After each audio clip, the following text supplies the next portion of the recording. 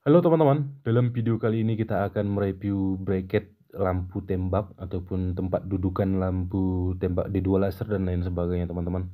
Di sini untuk kijang kapsul, contohnya seperti ini dia teman-teman, yang 2003. Ini tempat bautnya itu tidak sesuai dengan yang di lubang pabrik ya. Jadi kalau teman-teman ingin harus memasang ini, jadi silahkan dibor ulang ya tempat dudukannya. Nah ini seperti ini dia, nggak sesuai dia teman-teman.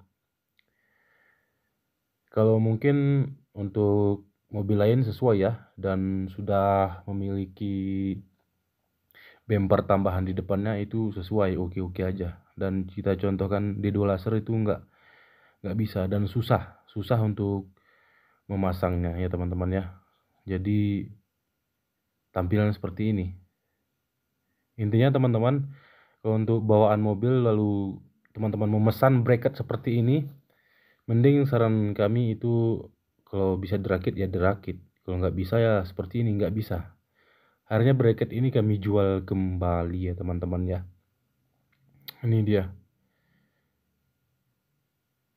Dan kami membuat merakit seperti ini.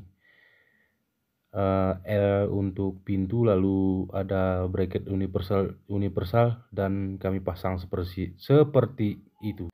Oke teman-teman, sekian saja informasinya dan semoga bermanfaat.